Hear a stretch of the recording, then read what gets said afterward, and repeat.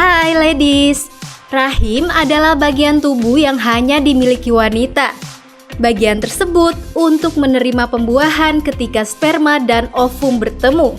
Walaupun begitu, bukan tidak mungkin rahim mengalami suatu gangguan, seperti kista atau miom. Nah, sayangnya kebanyakan mereka yang menderita kista atau miom tidak merasakan gejala yang signifikan. Namun jika ukuran kista atau miom mulai membesar, maka akan ada gejala-gejala tertentu yang dapat dirasakan oleh penderitanya. Dan sekitar 75% wanita akan mengalami kondisi ini pada saat tertentu. Dan biasanya kista atau miom muncul pada usia produktif, mulai dari 16 tahun hingga 50 tahun. Ya, pemirsa Hidup Sehat masih kembali bersama saya Dr. Tikasha, dan kali ini kita akan membahas satu topik seperti yang sudah dibahas di VT tadi, yaitu tentang tumor-tumor jinak yang sering terjadi pada organ reproduksi wanita, yaitu miom dan kista. Tapi masih banyak nih mungkin pemirsa Hidup Sehat TV One yang belum tahu tentang gejalanya atau perbedaannya seperti apa. Oleh karena itu kita sudah kedatangan narasumber kita, Dr. Muhammad Yusuf, spesialis OB/GYN. Halo dokter. Halo Dok, apa kabar? Oke. Ya, Dokter Haikal, Dokter Tika. Dokter, ini kita tadi sudah lihat ya satu liputan tentang mioma dan kista. Kita langsung menuju fakta atau mitos yang pertama nih dok. Wanita rentan mengidap penyakit miom dan kista. Fakta atau mitos? Fakta. Oke. Bagaimana dok? Kenapa dok? Kenapa? Karena perempuan itu kan memiliki organ rahim dan organ indung telur. Di mana kondisi miom dan kista ini memang paling banyak pada kondisi organ ini gitu. Nggak mungkin laki-laki memiliki organ rahim dan indung telur gitu. Jadi itu faktanya. Oke, baik. Nah, dok, seberapa rentankah wanita akan mengidap penyakit miom dan kista ini, dok? Kalau misalkan kita lihat dari populasi itu, kita lihat dari penelitian ya, itu hampir 77% sampai 80% in a lifetime. Setiap perempuan punya potensi untuk mengidap kista atau mengidap mioma uteri tadi. Tapi nanti kita akan bahas tuh, kista yang seperti apa atau miom yang seperti apa gitu. Karena apa? Karena terkait dengan masalah kista tadi, itu terkait dengan siklus menstruasi. Siklus menstruasi gitu. Jadi makanya saya bilang angkanya itu relatif agak besar, sekitar 77 sampai 80%. Jadi artinya cukup rentan, dok ya? Cukup rentan. Ya. Dok, tapi ini juga banyak masyarakat yang kadang mempersepsikan sama. Nah, sebetulnya fakta atau mitos kalau penyakit miom dan kista adalah dua penyakit yang berbeda. Fakta bahwa kista dan miom itu adalah dua entitas penyakit yang berbeda. Fakta. Kalau misalkan miom itu ada di rahim, kalau misalkan kista itu ada di indung telur.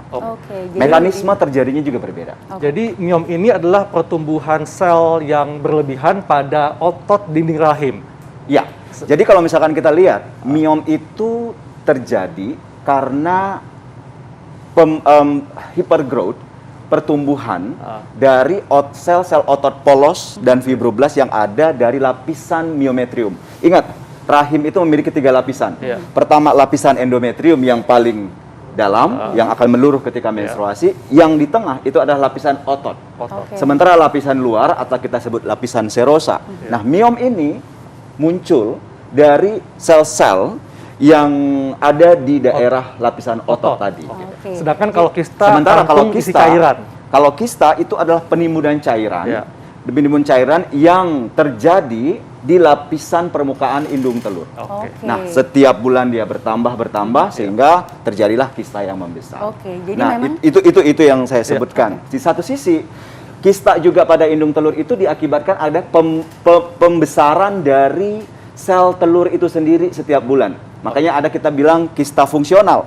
Ketika perempuan datang ke dokter kandungan, diperiksa, terdapat kista 2-3 cm, kita katakan kista. Tapi apakah itu berbahaya? Tentu tidak, karena itu terkait dengan siklus menstruasi. Maka kita sampaikan itu adalah kista fungsional. Jadi memang mulai dari mekanisme terjadinya dan juga letaknya itu membedakan miom dan kista itu sendiri. Nah, ini ada fakta atau mitos berikutnya, dok.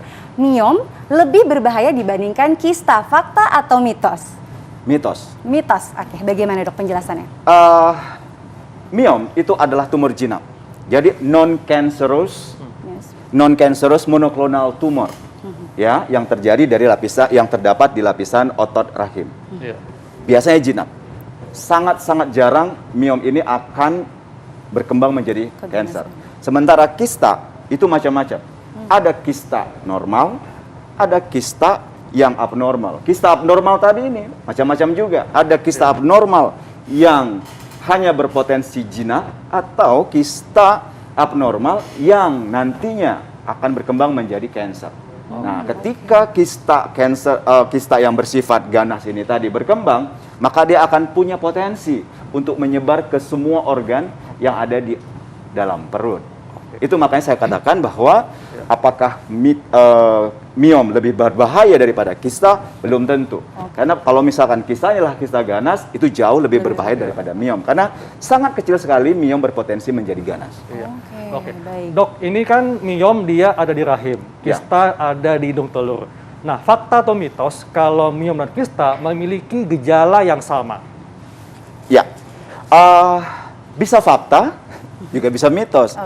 Kalau misalkan ukuran miom tadi besar atau ukuran kista besar, mungkin gejala yang muncul adalah keluhan nyeri perut atau perutnya terasa begah, terasa penuh dalam perut. Tetapi kalau pada kista, ya itu tidak memicu terjadinya perdarahan masif. Tetapi pada miom tergantung lokasinya. Kalau misalkan dia terdapat di area dinding rahim yang hampir berbatasan dengan dinding rahim paling dalam, itu akan memicu perdarahan terutama pada saat menstruasi. Sehingga volumenya itu akan jauh lebih besar. Apa yang terjadi kalau misalkan volume darah menstruasi yang lebih besar tadi? Maka perempuan tersebut akan mudah untuk terjadi anemia. Ketika orang mengalami anemia, dia akan mengeluhkan lemah, letih, gitu ya. Produktivitasnya juga akan jauh berkurang, gitu. Itulah yang saya sampaikan. Kenapa dia bisa dikatakan mitos, gitu. Jadi itu. Jadi keluhannya tergantung. Keluhannya tergantung, tidak selalu sama. Oke, dokter. Tadi dokter sempat bilang beberapa efek yang bisa timbul untuk gangguan secara keseluruhan ya, mungkin seperti anemia tadi.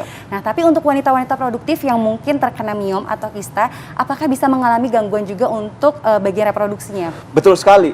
Kalau misalkan miom tersebut terletak di area yang mengganggu implantasi dari embrio, mungkin risiko dia untuk memiliki keturunan itu akan lebih kecil. Karena apa? Akan terjadi peluruhan. Ketika terjadi pertemuan antara sel sperma dengan sel telur, kemudian diimplantasi di rongga endometrium, akibat adanya miom, ini nggak nempel, perekatnya kurang. Ya kan? Nah, akibatnya akan terjadi gangguan infertilitas. Sementara kista, pada kondisi jenis tertentu seperti kista coklat, let's say, kista endometriosis, ini juga merupakan faktor pencetus terjadinya infertilitas. Kenapa? Karena pada kondisi seperti ini akan terjadi abnormal anatomi. Jadi akan membuat sistem anatomi itu menjadi tidak normal kembali gitu. Akibat apa? Akibat peradangan, akibat perlekatan, sehingga akan sulit untuk pertemuan terjadi antara sperma dengan sel telur. Jadi sangat berhubungan juga ya, Dok, ya? Dan tentunya ini topik yang sangat menarik, apalagi ini penting untuk para wanita. Dan sesaat lagi kita akan bahas nih apa saja penyebabnya. Makanya tetap di Hidup Sehat. Ya, pemirsa, kita masih membahas tentang miom dan kista, dua penyakit yang sering dialami oleh perempuan. Apa penyebabnya? Dok, ini ada fakta mitos yang mengatakan bahwa miom dan kista disebabkan karena kebiasaan pola makan yang tidak sehat. Misalnya mengkonsumsi makanan cepat saji atau junk food. Ini fakta atau mitos, Dok? Fakta. Kenapa saya katakan fakta? Karena makanan-makanan cepat saji ini itu akan memicu obesitas. Terkait dengan kejadian miom dan kista tadi, itu relate dengan keseimbangan hormonal, ketidakseimbangan hormonal. Jadi mereka-mereka yang obesitas, ketidakseimbangan hormonnya akan semakin tinggi dan akan memicu terjadinya pertumbuhan miom dan kista tadi gitu. Itu salah satu. Jadi artinya resiko akan lebih tinggi, Dok. Resiko akan lebih tinggi. Baik. Nah, Dok, mungkin ini sudah ada beberapa pemirsa Hidup Sehat Telepon juga yang mengalaminya. Mungkin bisa juga diberikan tips untuk pencegahan nih, Dok, agar tidak terkena miom dan kista. Ya. Tips saya untuk teman-teman di Hidup Sehat TV One, untuk mencegahnya adalah yang pertama, cek kesehatan rutin dulu. Pertama itu. Yang kedua, memaintain berat badan agar tidak terjadi ketidakseimbangan hormonal tadi. Nah, yang ketiga, ketika memiliki keluhan perut membesar atau haid yang terlampau banyak, pastikan Anda pergi ke dokter untuk memeriksakan apa yang menjadi penyebab itu semua gitu. Oke. Itu mungkin. Terus sebenarnya tiga hal simpel tapi yang bisa dilakukan Ya. untuk mencegah miom dan kista. Tapi jika untuk pemirsa yang mungkin sudah terkena nih dok, Nah. apa yang bisa kita lakukan? Tergantung kasusnya. Kalau misalkan miom, saya katakan apabila dia tidak memiliki keluhan, biasanya lokasinya ada di lapisan myometrium. Iya. Dengan yang tidak memiliki keluhan seperti ini, ya kita observasi saja. Tetapi kalau misalkan dia sudah ada keluhan seperti nyeri perut, perut terasa begah, kemudian volume haid yang banyak, mungkin operasi menjadi pilihan untuk itu. Gitu. Iya. Ya. Oke. Jadi memang check up rutin. Betul. Dan juga sudah ada gejala, langsung hubungi dokter terkait. Dan memang kalau misalnya perlu dioperasi, kita operasi ya dok. Tambah satu lagi, Ya, baik. maintain berat badan. Maintain berat badan itu Berat penting. badan ideal itu Betul. itu kunci sehat. Oke. Iya. Oke. Itu kunci paling luar biasa untuk tetap kita jaga kesehatan. Oh ya dok, oke. ini ada pertanyaan dok ya yang mungkin cukup sering ditanyakan oleh perempuan wanita. Kalau gangguan haid, apakah ini bisa menjadi indikator dari adanya miom atau kista? Kalau gangguan haid, apakah itu menjadi indikator adanya miom dan kista? Belum tentu juga, Oke. gitu. Karena gangguan haid itu banyak problem, banyak penyebab, gitu ya. Jadi, tapi untuk memastikan apakah ada miom di sana atau ada kista di sana, itu memang kita harus lakukan pemeriksaan. Kalau misalkan kita tidak melakukan pemeriksaan, kita tidak akan dapat penentunya, gitu. Tidak akan dapat penyebab pastinya apa nih yang menjadikan problem itu, gitu. Jadi intinya penting sekali untuk tetap jaga pola hidup sehat dan tentu harus aware dok ya apabila Yes. ada gangguan-gangguan pada saat haid dan sebagainya. Ya. Baik dok, terima kasih Oke. untuk informasinya. Terima kasih Ya. banyak dokter. Tika. Ya oke. Wah, nggak terasa Tika ya, kita Betul. sudah membahas semua hal ini, mulai membahas tentang masalah tulang dan juga masalah miom dan kista. Dan saatnya kami pamit undur diri. Oke, jangan sampai lupa untuk terus menyaksikan Hidup Sehat TV One dari Senin sampai dengan Jumat jam 9 sampai dengan jam 10 pagi. Dan untuk yang tinggalan masih bisa tonton di tv1news.com. Saya Dr. Tika Syah, Dan Nota Heka, Indonesia Hidup Sehat. Sehat.